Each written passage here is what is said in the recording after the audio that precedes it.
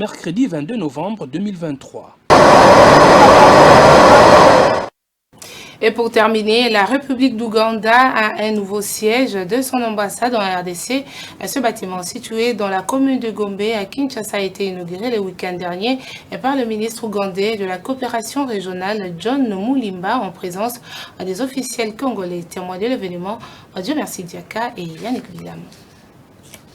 John Mulimba, ministre en charge de la coopération régionale de la République d'Ouganda, accompagné de l'ambassadeur ougandais désigné en République démocratique du Congo, Farid Kalissa, a inauguré le nouveau bâtiment de la chancellerie de l'ambassade d'Ouganda en RDC. C'était le samedi 18 novembre dernier au quartier Gelem, dans la commune de Gombe à Kinshasa. Ce bâtiment est un symbole de l'amitié solide et durable entre l'Ouganda et la République démocratique du Congo. Il témoigne de notre histoire, de nos valeurs commune et de notre engagement à travailler ensemble pour bâtir un avenir meilleur pour nos deux pays et nos deux peuples, a fait savoir Farid Kalissa, ambassadeur désigné de la République d'Ouganda près de la RDC. Était aussi présent à cette cérémonie les ministres de l'enseignement supérieur et universitaire de la RDC Mwindo Nzangi, les directeurs du cabinet du ministre du commerce extérieur Jean Zoza Olipessou et plusieurs personnalités ougandaises et congolaises. Jean Zoza Olipessou revient sur les relations qui existent entre l'Ouganda et la RDC.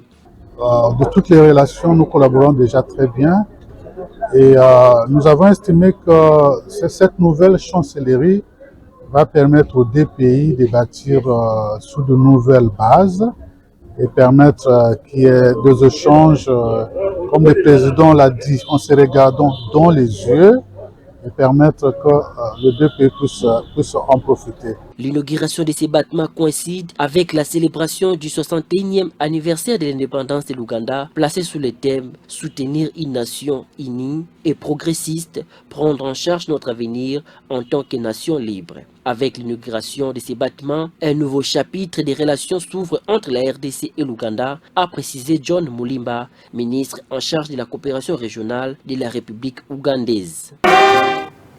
Ce journal est terminé, place au rappel des principaux titres. 4 morts, c'est le bilan de la pluie qui s'est abattue ce mardi à Kinshasa. Des intempéries et inondations seraient à la base de cette perte en vies humaines et suite à l'impraticabilité de certains tronçons après la pluie, les usagers en appellent à l'implication des autorités compétentes pour la réhabilitation et assainissement de plusieurs infrastructures routières. Enfin, Congo Airways vient de se doter de 2 nouveaux avions, un Boeing 737 et un 800, afin de relancer cette compagnie qui sentait déjà sa mort s'approcher. La cérémonie de réception de ces aéronefs a eu lieu ce mardi à l'aéroport de Ndjili. Célébration toujours ce mardi 21 novembre de la journée mondiale de la télévision.